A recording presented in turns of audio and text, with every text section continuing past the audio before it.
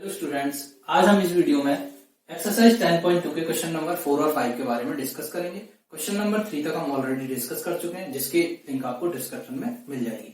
तो आइए question number 4 को रीड आउट करते हैं। Prove that the tangents drawn at the end of diameter of a circle are parallel. तो देखिए क्वेश्चन में क्या दिया हुआ है, एक सर्किल है, ठीक है, उसका डायमीटर ए बी मैं ड्रॉ कर देता हूं और उसका सेंटर पॉइंट ओ लिया हुआ है। बोल रहा है कि पॉइंट ए और पॉइंट बी क्या है, एंड पॉइंट है किसके, डायमीटर के, जिन पर हर एक पॉइंट पर एक टेंजेंट ड्रॉ की हुई है। पॉइंट ए पर टेंजेंट ड्रॉ की हुई है और पॉइंट बी पर एक टेंजेंट ड्रॉ की। ये जो पॉइंट ए पर टेंजेंट है वो पॉइंट, उसका नाम पी क्यू, और इसको मैं आर एस नोट कर देता हूं, ठीक है। हम लोग यहां पे प्रूफ करेंगे कि P Q is parallel to R S. तो देखिए हमको गिवन है, गिवन क्या है, P Q and R S tangents है, ठीक है। ओ सेंटर पॉइंट है, सो ओ ए और ओ बी क्या है, रेडियस हो जाएंगे। प्रूफ करेंगे हम लोग, यहां प्रूफ करेंगे P Q parallel to R S, ये अपने को प्रूव करना है। तो देखिए डायग्राम पे बात करते हैं। हम लोगों ने एक थ्योरम डिस्कस की थी कि किसी भी सर्किल के सेंटर से किसी टेंजेंट पर ड्रॉ की गई रेडियस उस पर परपेंडिकुलर होती है, यानी कि ये एंगल और ये एंगल 90 डिग्री का होगा। मैं इस एंगल को 1 और इस एंगल को 2 नाम दे देता। Similarly B is perpendicular on R S, यानी कि ये भी यहाँ पे 90 का एंगल क्रिएट करेगी, ये एंगल 3 और एंगल 4। तो यहां से मैं लिख सकता हूं, देखिए सॉल्यूशन, ओ बी परपेंडिकुलर होगी किसके, पी ए के। मैं पी क्यू में से पी ए ले सकता हूं और ए क्यू ले सकता हूं, तो मैं यहां से लिख देता हूं O A perpendicular on P A and O A perpendicular on A Q, ठीक है। तो यहां से रिजल्ट आएगा O A is perpendicular on P Q, ठीक है। Similarly O B perpendicular on R B and O B perpendicular on B S, ठीक है। तो यहां से रिजल्ट आया O B is perpendicular on R B, sorry R S, perpendicular on R S. अब मैं बात करता हूं, देखो एंगल 1, 2, 3 और 4 की। तो ये आपस में चारों एंगल इक्वल है, तो मैं यहां से लिख सकता हूं angle 1 equal to angle 2 equal to angle 3 is equal to angle 4, how much, 90 degree.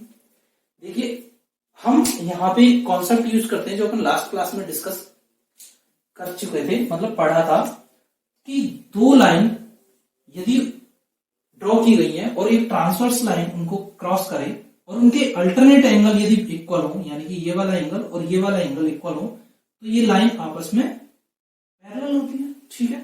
तो मैं यहां से देखो, यानी कि जेड फॉर्मेशन जब होता है और ये दोनों एंगल इक्वल होते हैं तो वो लाइनें आपस में पैरेलल होती हैं।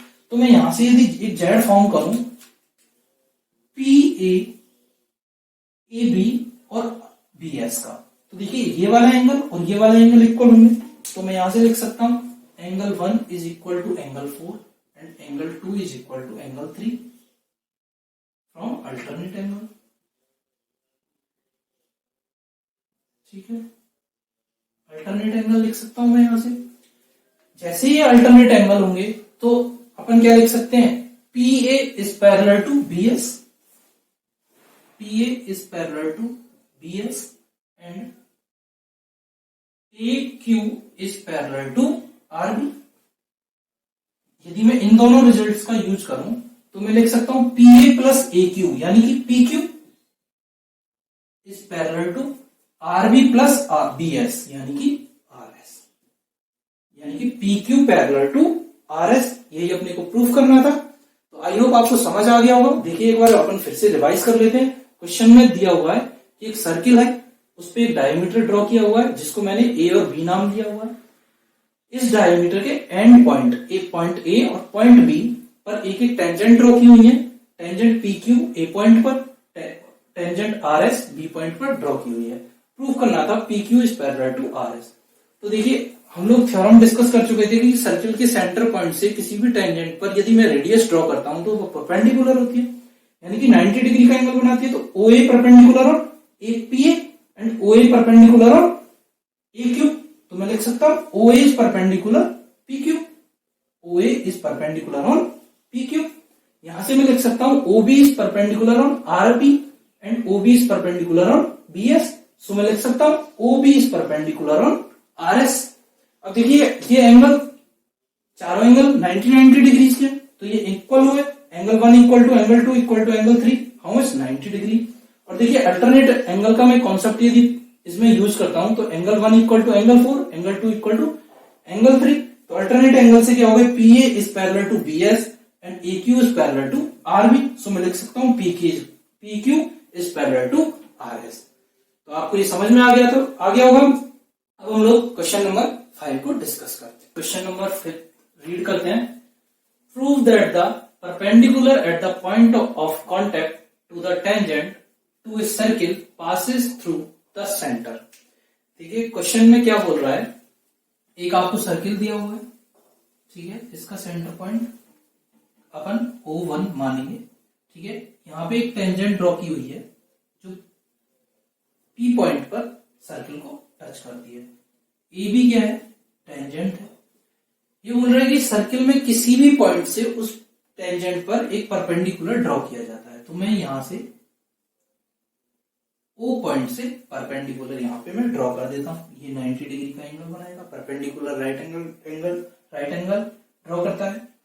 अब मैं क्या करता हूं, इसका जो सेंटर पॉइंट है, सर्किल का सेंटर पॉइंट है, मैं वो O1 ले लेता हूं, ठीक है। तो यहां से मैंने इसकी रेडियस को ड्रॉ कर दिया। तो आपने को प्रूफ क्या करना है कि O is O1, point O is O1। तो देखिए अपने को गिवन है, गिवन क्या है, angle OPB is 90 degree and AB tangent, ठीक है। प्रूफ क्या करना है आपको, प्रूफ करना है O is O1, O is O1, ठीक है। तो आइए प्रूफ करते हैं। देखिए अपने को गिवन है OPB, angle OPB equal to 90 degree, ठीक है, ये अपने को गिवन है। और हम एक थ्योरम ऑलरेडी डिस्कस कर चुके हैं कि किसी भी सर्किल के सेंटर से किसी भी उसकी सर्किल की किसी भी टेंजेंट पर ड्रॉ की गई रेडियस कितना एंगल ड्रॉ करती है, 90 डिग्री का एंगल बनाती है। यानी कि ये वाला एंगल O1PB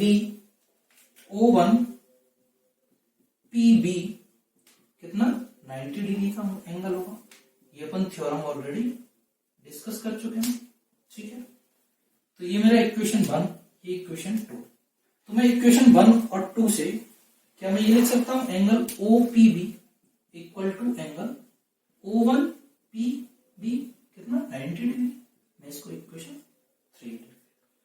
अब देखिए यदि मैं अपने फिगर में बात करूं तो O1PV क्या छोटा नहीं है एंगल OPV से, ठीक है। ये अपने को दिख रहा है कि एंगल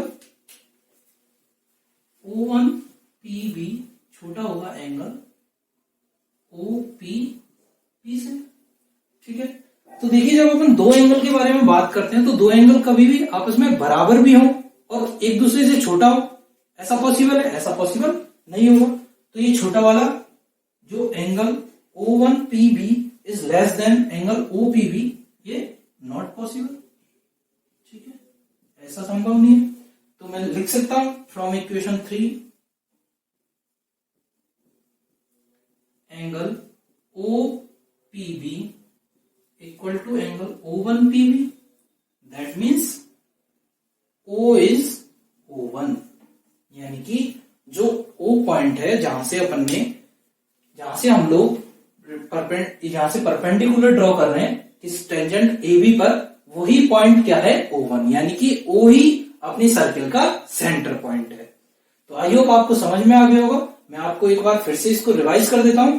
देखिए अपने क्वेश्चन में दिया हुआ है कि एक सर्किल है जिसपे एक टेंजेंट ड्रॉ की हुई है जो पॉइंट P पर उसको टच करती है कि कोई भी पॉइंट है O, वहां से उस टेंजेंट पर परपेंडिकुलर ड्रॉ किया हुआ है और अपना सेंटर पॉइंट हमने O1 माना है।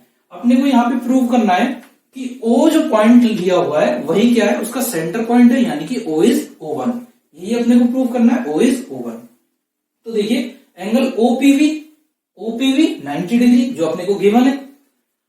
O1PV क्या है, अपन थ्योरम से प्रूव कर चुके हैं कि किसी भी सर्कल के सेंटर पॉइंट से उसके टेंजेंट पर ड्रॉ की गई रेडियस कितना एंगल बनाती है, 90 डिग्री एंगल बनाती है। तो ये इक्वल टू 90 डिग्री। तो from equation 1 and 2 angle OPV equal to angle O1PV how much, 90 degree.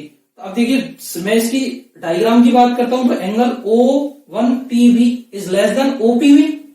तो देखिए दो एंगल आपस में इक्वल भी होंगे और छोटे भी होंगे, ऐसा पॉसिबल नहीं होगा। सो मैं इक्वेशन थर्ड से लिख सकता हूं angle OPV equal to angle O1PV, यानी कि O is O1, यानी कि जो पॉइंट अपन ने ड्रॉ जहां से परपेंडिकुलर ड्रॉ किया था वही उस सर्कल का सेंटर पॉइंट होगा। तो आप सबको ये क्वेश्चन समझ में आ गया होगा। अब हम मिलते हैं अपने नेक्स्ट वीडियो में नेक्स्ट क्वेश्चन के साथ।